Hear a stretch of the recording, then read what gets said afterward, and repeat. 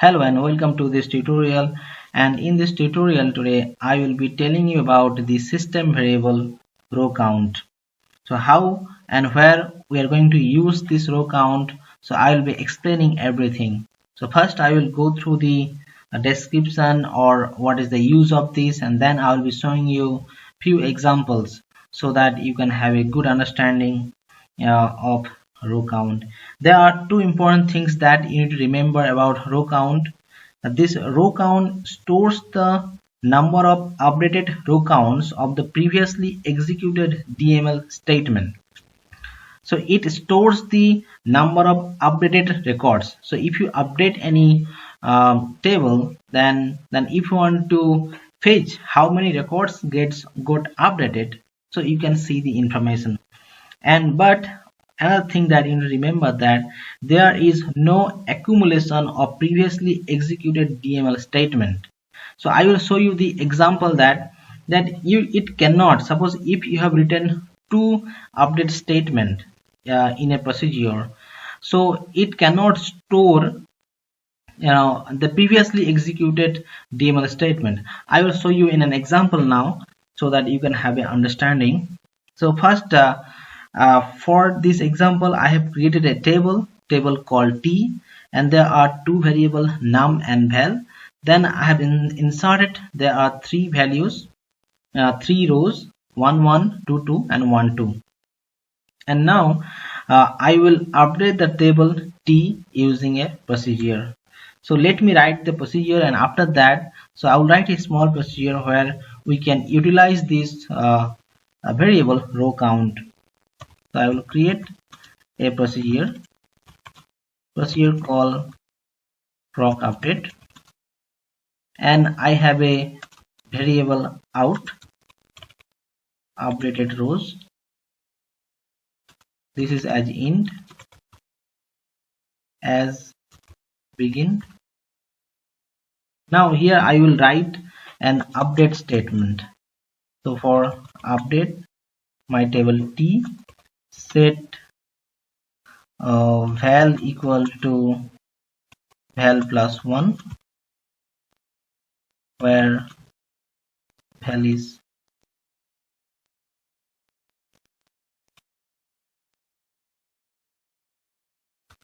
where val is 2.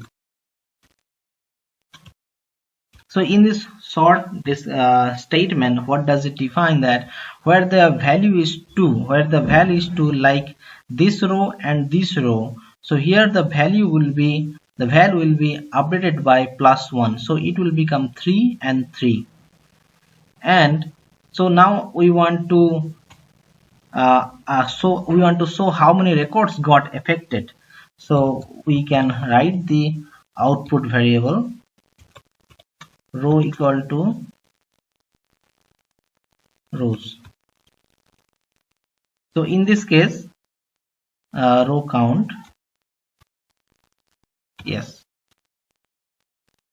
and then we will end this. So now if we call the procedure,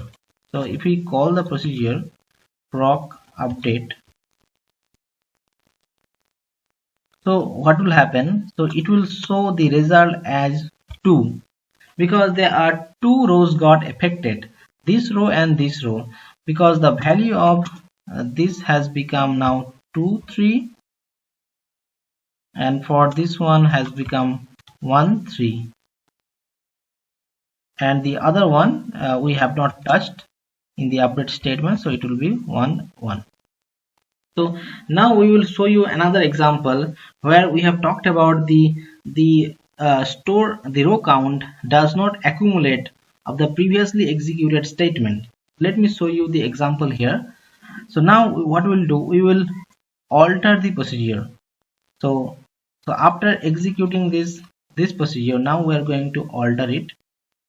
So let me write this alter. Suppose procedure, the same procedure we will be using.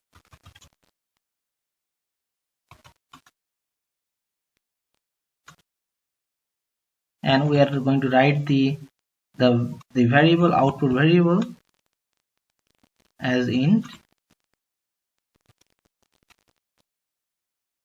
now we will write two update statement, and here we will understand that this row count does not accumulate of the previously executed DML statement.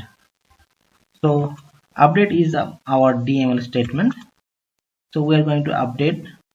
Now we are going to copy this same line and we can utilize this one here.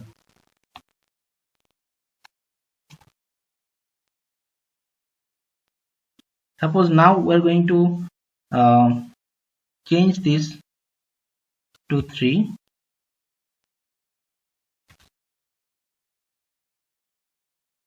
and we're going to change it by 1. Now if we write the row, the update row count at the end of this two update statement, like in here. Now we will end this one.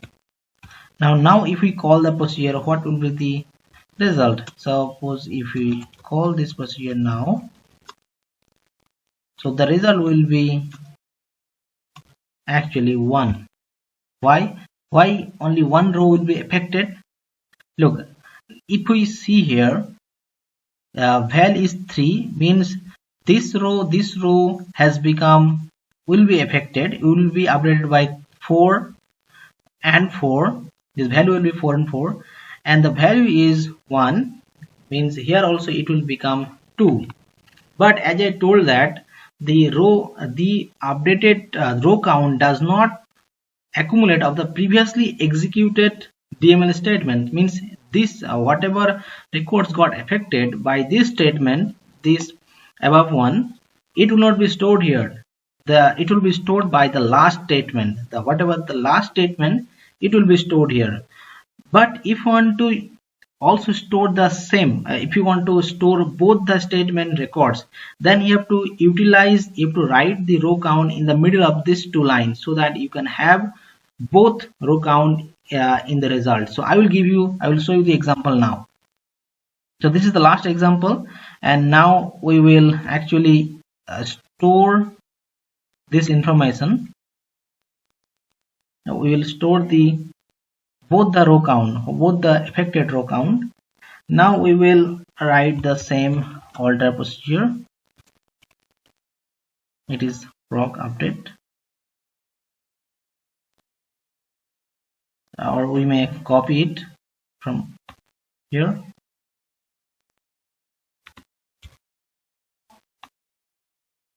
So it's very interesting to know that we have various use of row count. Now we are going to copy the same.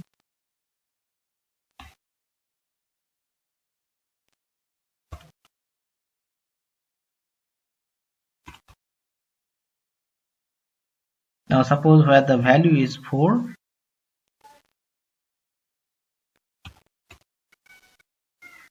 and we are going to take the updated rows here only. Updated rows equal to row count.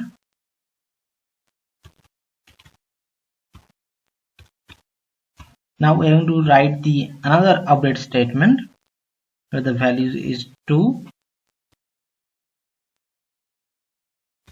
I will explain you after writing this one, so that you don't get confused. So this is row count. Now this is updated rows plus row count. Updated.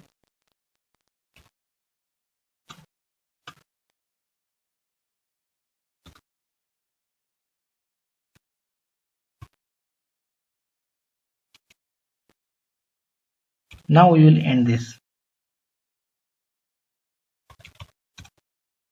So what we have done, we have simply wrote that in our previous statement, by the previous alter statement, the value of the val. So let me just go in the above statement where we have written the table. So now after this second alter statement, the value of this one has become 2 and 4, 2 and 4, and here also it was 1 and 4. Like I'm talking about this second order, this first order procedure where the value is 3 and the value is 1. So here it got become 1 and 2.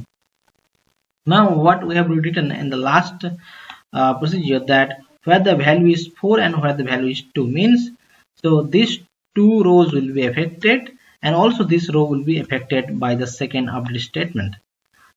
So in this case, so this update rows will store the record as 2 and this one will store as 1. This one will store as 1. So earlier 2 plus 1 is 3. So now if we call the procedure, call proc update, and it will show the result as 3, because now we are writing the row count in the middle of these two update statements so that you can have this all the information. So that's all about this video. So we have actually discussed about the system variable today, and we have shown the various example. First this simple example, then to show you that this row count doesn't store the last or previously executed statement. It will show the just last executed statement. So we have just shown this example here, and thank you for watching this video. And if you haven't liked and subscribed my video, please do so, and thank you for watching.